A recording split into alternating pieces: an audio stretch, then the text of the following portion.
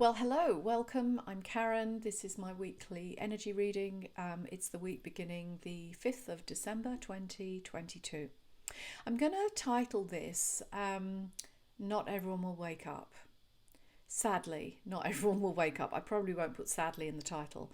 But I think it's true. And if you are an awake person, which you must be because you wouldn't be listening to me otherwise, I think you can agree with me that it's become very evident that not everyone is going to wake up.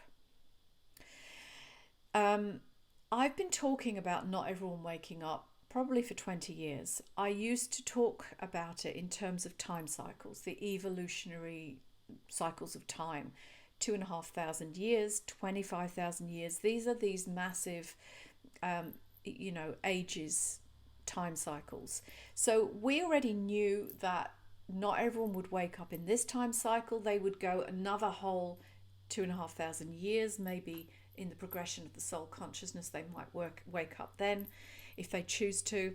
It's a massive subject, actually, about, the soul's choice when it comes into incarnation. Will it choose to wake this time? Will it have a go and then kind of renege? All of this. We will never get definitive answers of all of that, but it's interesting to consider it, for a little while as well. But let's just say that we know our minds are hardwired to keep us safe.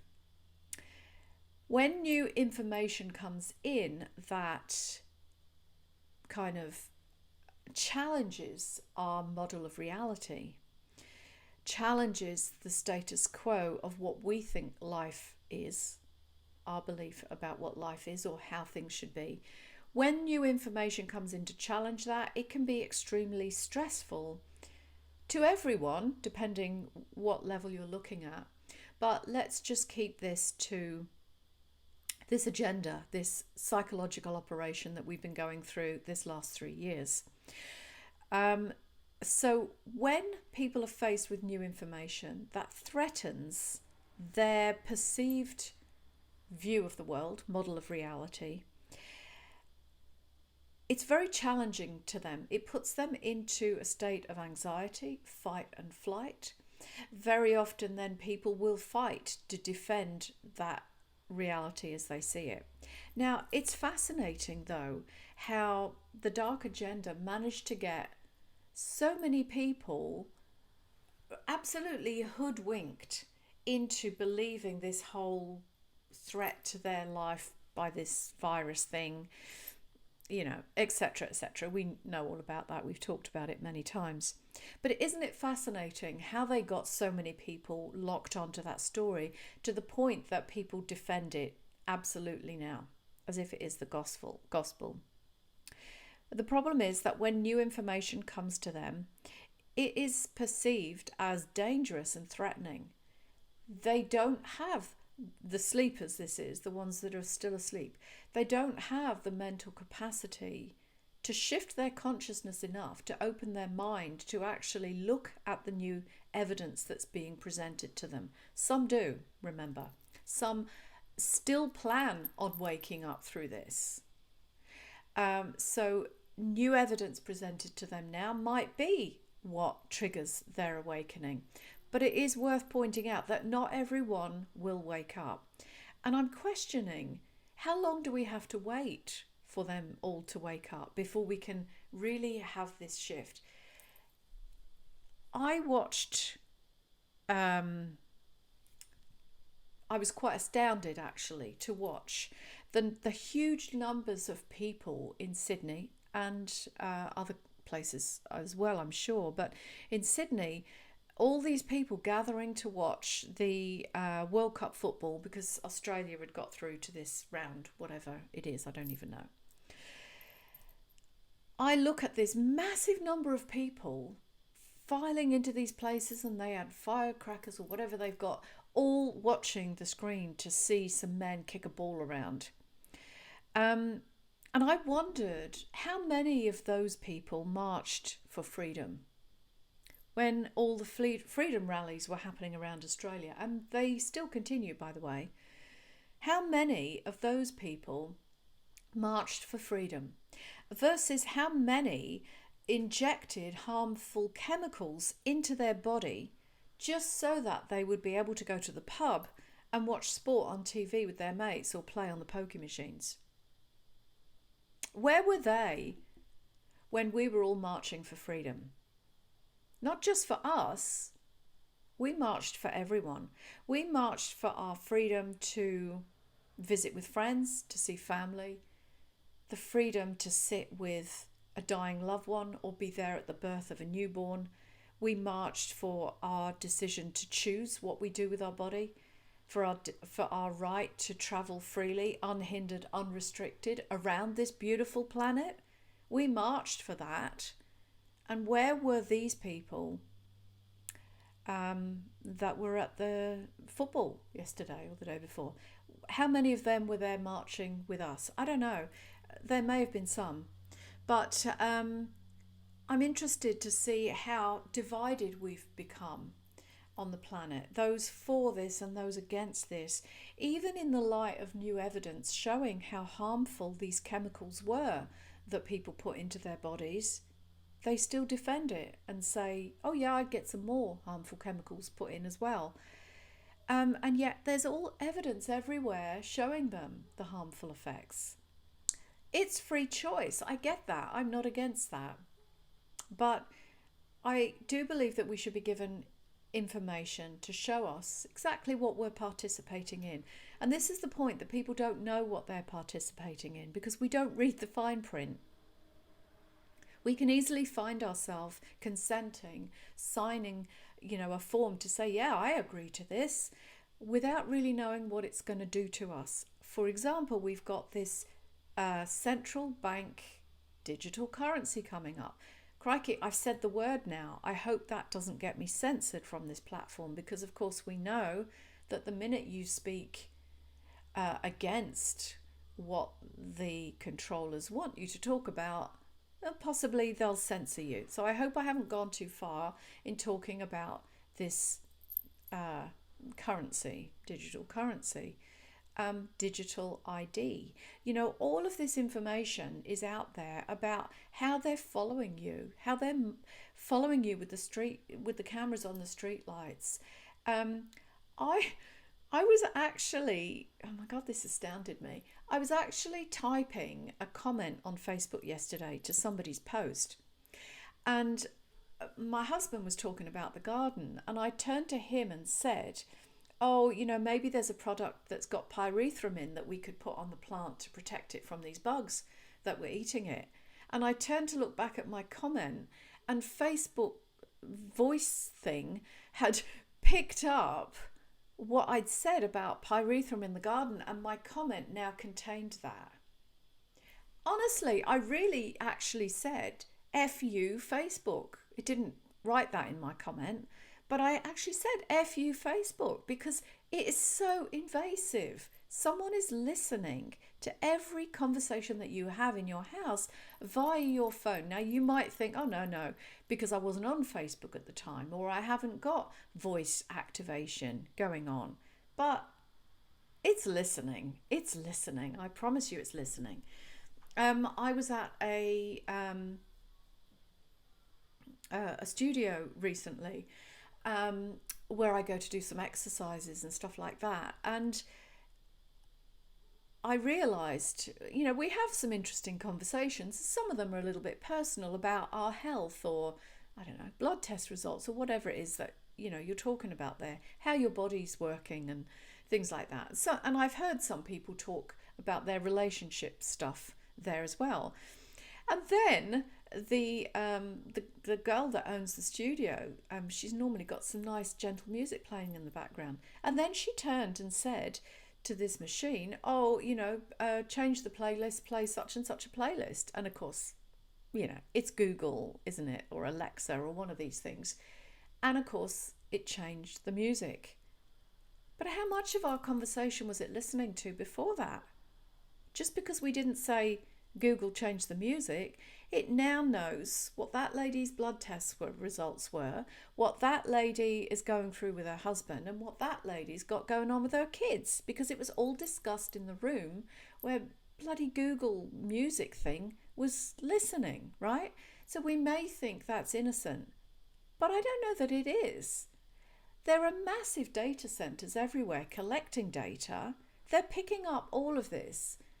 I don't even know the extent of the capabilities of all of this stuff, but I promise you, it was never created for our benefit. It was always sinister.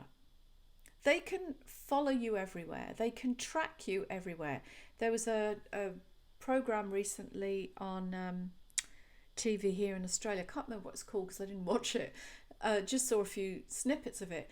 But basically the tagline was, we will hunt you down, we'll find you. And it was showing a little bit of the extent of their surveillance to follow these people as they tried to get away. You know, in remote country towns, they got fuel and they were tracked and all of this stuff. What I'd like to know is, if they can track us so easily, if they can see you texting while you're driving down the highway with their cameras, why can they not find all the children that go missing?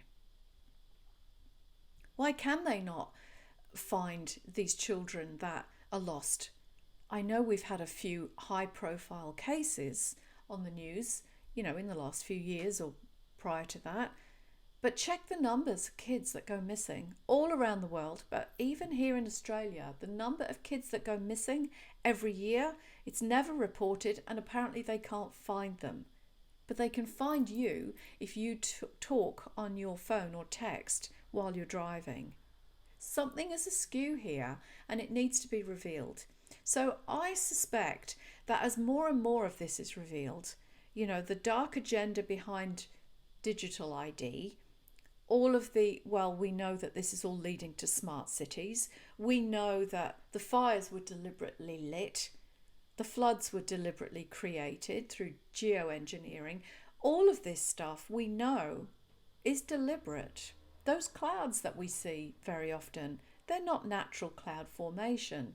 And, you know, I really feel like saying, wake the F up, because you got to look at this stuff, and we have to stand together and say, no, we do not consent, and we won't have this. And we have to take those structures down. Now, please, to anybody listening and censoring, I am not suggesting violence. I am not, you know, inciting violence. I'm just sharing my thoughts, my opinions about some stuff that's happening that has me questioning what is the purpose behind it, and I think it's sinister. So I would invite you to think about these things too. Just have a thought about that. Going back to my original, not everyone will wake up this time around. Not everyone will wake up to this.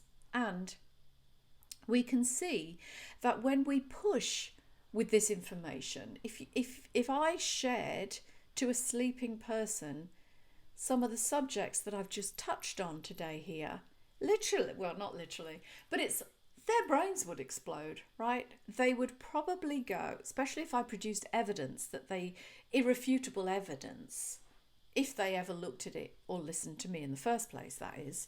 But if I come up with irrefutable evidence, even if it appears on, you know, on normal news channels, we're going to see the sleeping ones literally fragment their brains. They will be angry. I've noticed that when we try to present new information to some of these people, they get very angry, they get violent, and all of that is to try to defend their position of this model of reality that they think is happening here. But it's changing. The world is changing very rapidly. We know that many people are waking up. So we know that the dark agenda is speeding up to try to get their process in place. And sadly, the way that everybody, I won't say happily, because I know people weren't happy to be locked down and have to wear muzzles, as I call them, you know, face masks. People weren't happy about that. They did it. They conformed to it.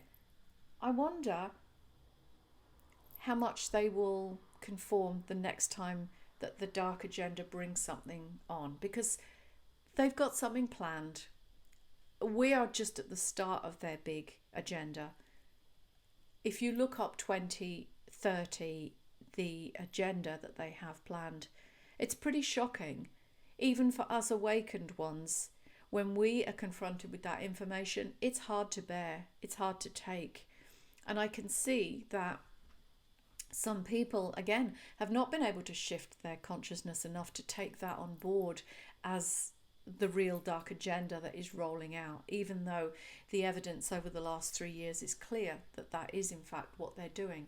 So even for us awakened ones, when we see that information, some people literally are shutting down again and they're going back to sleep. That's very sad to see.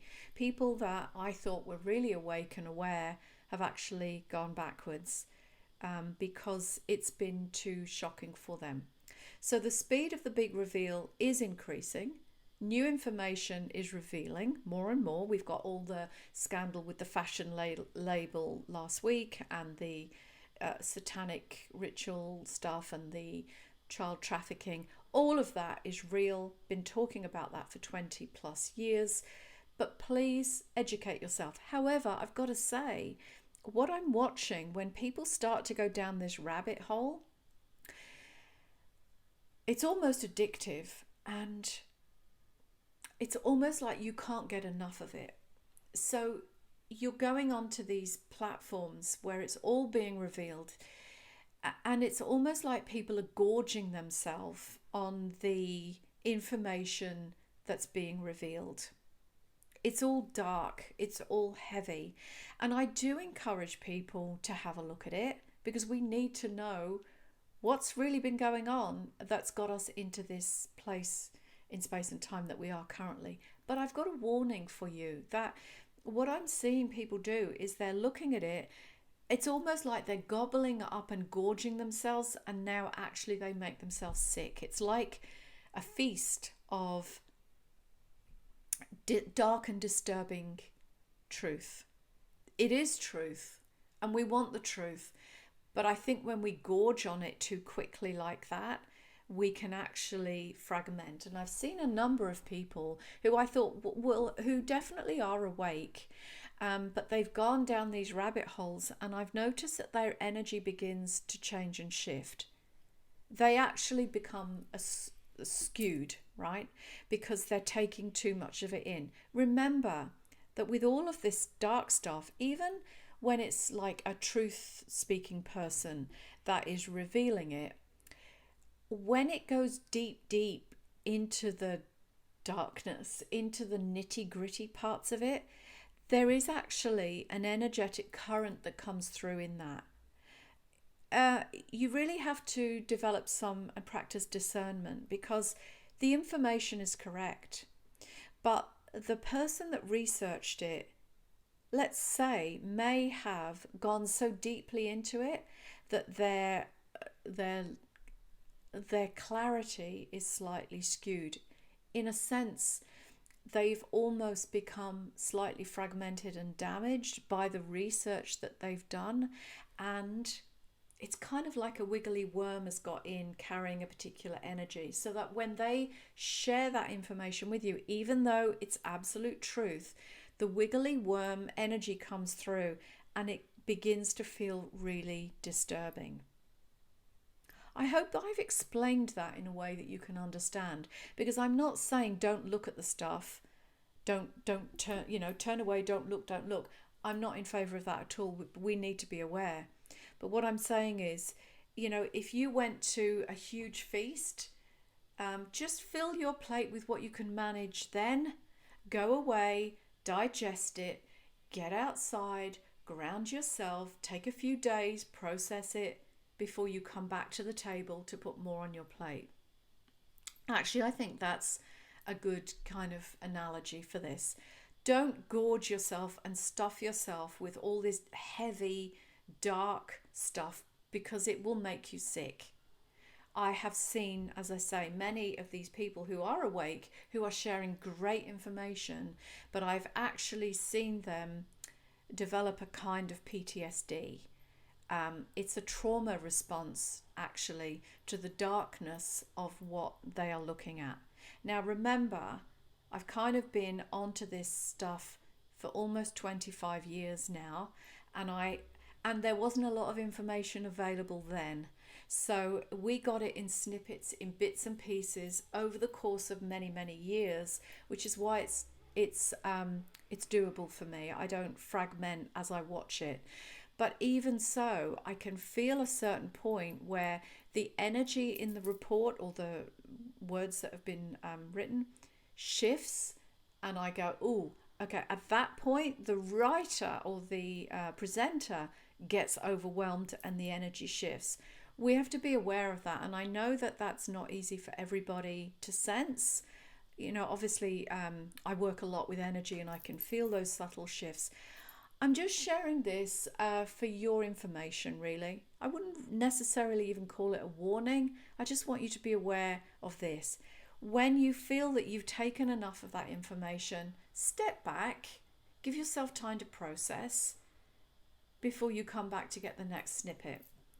Rome wasn't built in a day. You don't read huge volumes of information in one day. Take it step by step. Okay, and remember, if you're watching a video and a lot of these videos have the dark and dramatic music to it. If you're watching a video, if you're hearing the words, if you're reading the words on a screen as well, it's going in at multiple layers into your mind. Very different than just reading something in one dimension, kind of like a written black and white piece of paper. So anyway, that's my little thing. I want people to wake up. I want everyone to wake up. I don't want awake people to be so overwhelmed that they shut down and go back to sleep.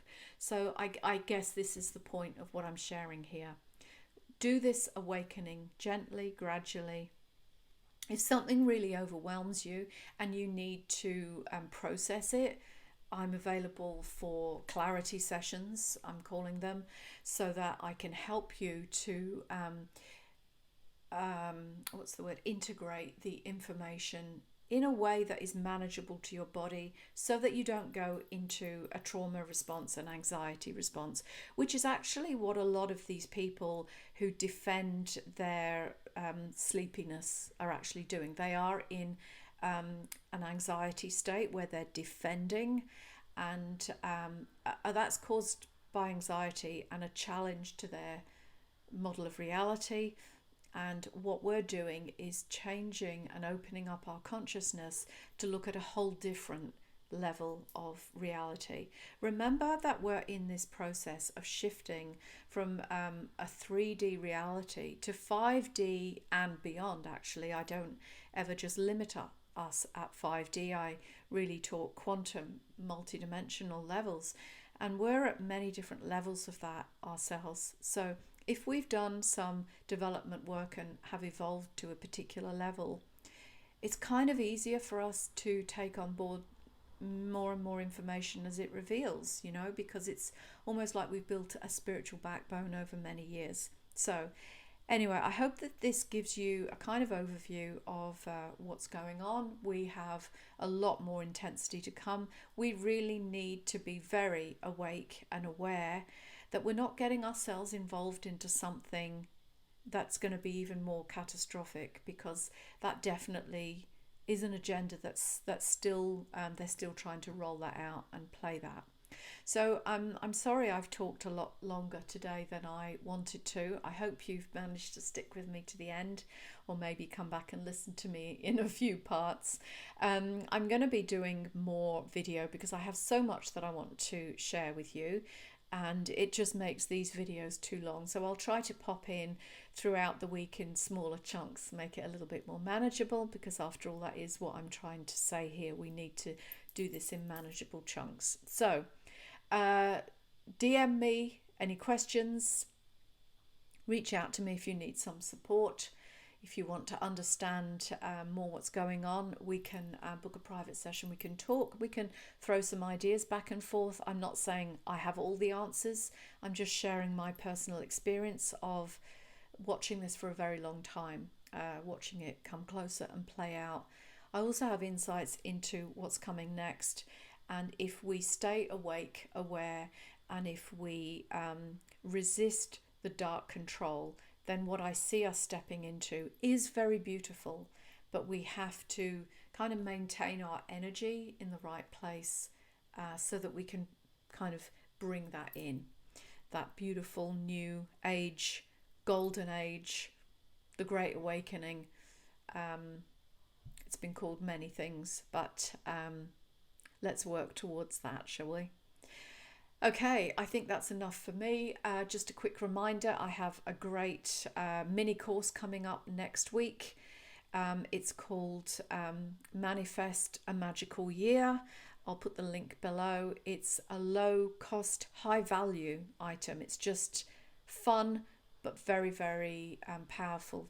So if you want details of that, we can talk about that too, but I'll put the link. Okay, that's more than enough from me today.